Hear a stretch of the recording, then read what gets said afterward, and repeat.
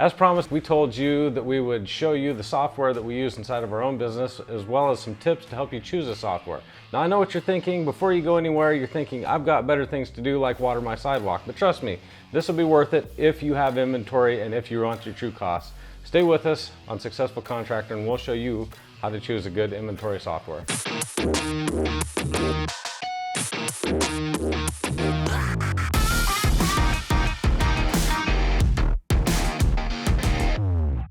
So now before we get into this, the software that we use, this is unpaid, unsponsored. We're only talking about it because we use it, we like it. It may or may not work for you, but we want you to be aware of some of the things that are out there. So we're gonna show you the system we have, obviously, because that's all we have. You may find a better software out there, and if you do, that's great. If you're from Lightspeed and you happen upon this video and you wanna sponsor us to talk about your products more, then by golly, send those bands.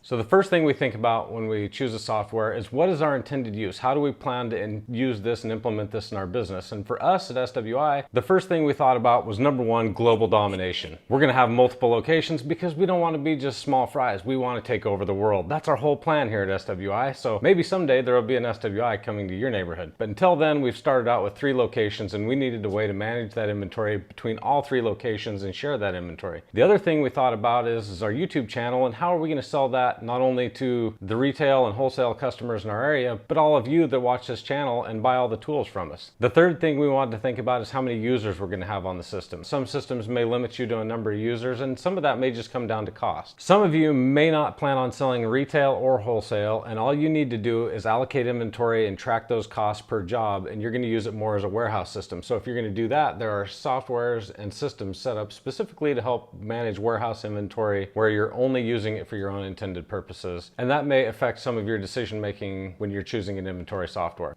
Point of sale is another thing to consider. For us, that was hugely important because we planned on being customer facing, meaning we were going to sell to the public as well as wholesale, and we wanted the simplicity and beauty and professionalism of having nice receipts, being able to barcode scan everything and track all those sales per customer. So a point of sale system as well as being able to track all that inventory was important. So those 2 things need to mesh. As you can see here, we have all of our different locations for now, and we have Cody, Casper, Cheyenne, and Powell, and we could add multiple different locations as the company grows, and it will grow. So up here in this software, we have the choice of choosing our series, which is our retail, our point of sale, our customer facing, or we can choose this, which unlocks global domination, and that's our e-commerce side.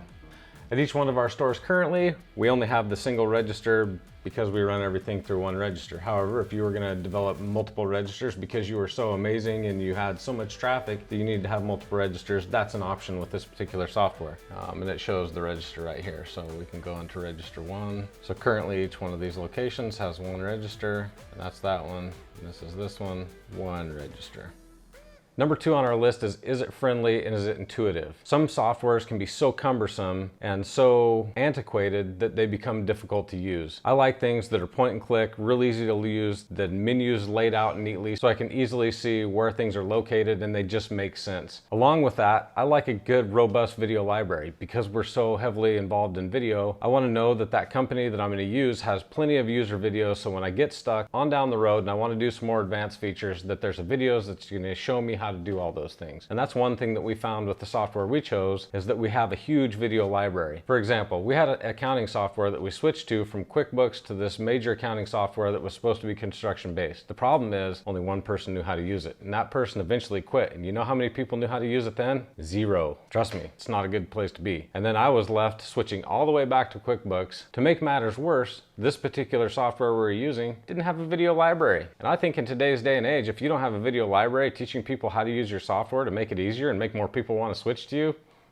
dead in the water. So I definitely think ease of use, making sure they have a good solid video library is important. So with the software that we use, we have this help menu, and if I can easily chat with somebody. Like, let's take, for example, QuickBooks. Trying to get QuickBooks on the phone and get resolution through them is very difficult. You're better off probably going to YouTube and finding those answers. But with these guys, I found their chat feature very helpful. The other thing I can do is I can search their help center. So if I don't know what a matrix is, which if you start doing this, you'll need to know, I can search for matrices, and then I can go into here, inventory matrices, creating matrices, and look, There's a nice video. And this is what I'm talking about, because you're going to get stuck eventually and need help. And the more you can do that and rely upon your own resources to do it without having to wait on hold forever, the better off you'll be. So think of the matrix as... So one of the things that we fought when we were trying to get people up to speed is, believe it or not, not everybody knows what all of our parts are. There's a ton of parts to learn, and if you're struggling with that because people don't know what the parts are, they could potentially sell the wrong part or ring up the wrong part. So having photos associated when they ring those up, or being able to go look at the photos and see what things are, is hugely important. So let's say you don't know what a Taco Cat romper is. We can take the photos over here. Now the next person that goes to sell one of these will know if they're selling the right item, because there's me in my Taco Cat romper. And we can add multiple different photos from multiple different angles. If we need to see it from different angles, boom, right there. I think I make a pretty solid model. What do you think? Now let's face it, I'd rather be rubbing my grandma's bunions than setting up a new software. So the faster and easier I can get that software up and running, the better. So think about import features. How are you going to get all that inventory into your system? Do they have nice CSV import tools? Which, for those of you that aren't spreadsheet nerds, a CSV is a way of using a spreadsheet to import all that stuff into multiple different softwares. And that's a feature that I would make sure your software has, so that you can get it out of whatever you're using into the new software and get up to speed as fast as possible. How easy is it going to be to get your new team members, or to get your existing team members, to buy into the new software that you're going to implement? The easier it is to use, the better the buy-in from your existing people. Because let's face it, not everybody likes change like me. Not everybody's willing to pack up their entire family and move 2,000 miles across the country to start a failing fence company. Okay, we're not failing. We're only failing for now. We're not failing at all. This is just stepping stones, baby steps. That's what we're doing. Global domination. The third thing I think is important is how well does it play with some of the other software that you're using already. So if you're planning on integrating it with QuickBooks, does it integrate with QuickBooks? If you have other third-party software and you want it to play with that, does it have that functionality? That's going to be huge, and only you can answer that question, because I don't know what software you're using and I don't want to know. Unless it's really cool, then you can tell me. So as mentioned, Lightspeed integrates with QuickBooks very well. But more so on the e-commerce side, we have a whole bunch of different third-party apps that we can integrate with to help boost our website traffic, and that may or may not be important to the way you're doing things. So we've got different categories. We have customer service, marketing, sales, social media, accounting, inventory, shipping.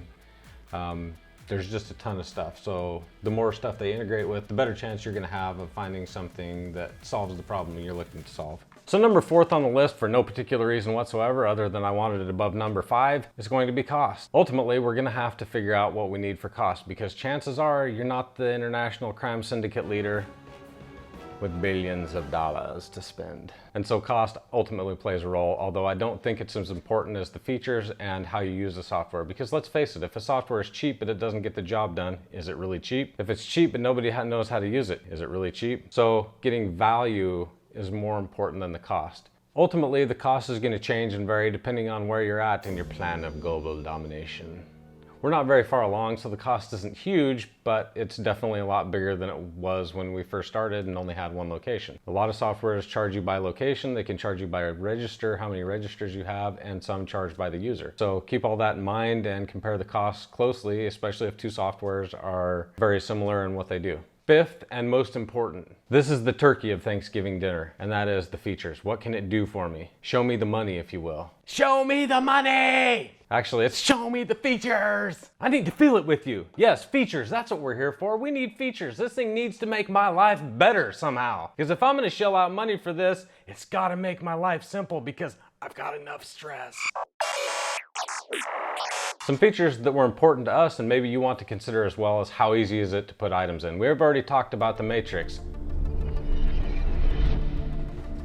and how important and easy it can make to get those items into your inventory system. Assemblies may be important to you. Let's say that I have a bunch of Taco Cat rompers, and now I want to take those Taco Cat rompers and I have these booties and I want to sew the booties on them and turn them into Taco Cat sleepers. I can take the booties as one inventory item and I can take the rompers as an inventory item, merge those two together very nicely, and then when I add an assembly in there, it will take the inventory out from the rompers and the booties and make one sleeper unit. Okay, maybe it's easier for you to consider making gates. I mean, if that's a better example for you, we could take pipe and we could take tension bands, which are pretty boring. We could turn those into an assembly and then add a gate to inventory. So if that's important to you, assemblies will be important. Purchase orders. How are we going to get this inventory into our system from our vendors? Can we issue purchase orders to our vendors? Because we're so focused on global domination, making sure that we can transfer Taco Cat rompers throughout all of our stores. It's very important. Maybe one store has a different color of Taco Cat romper and our Cody location's out of it. Well, making sure that we can transfer that inventory between those two stores and share that inventory between locations. So that's important to us.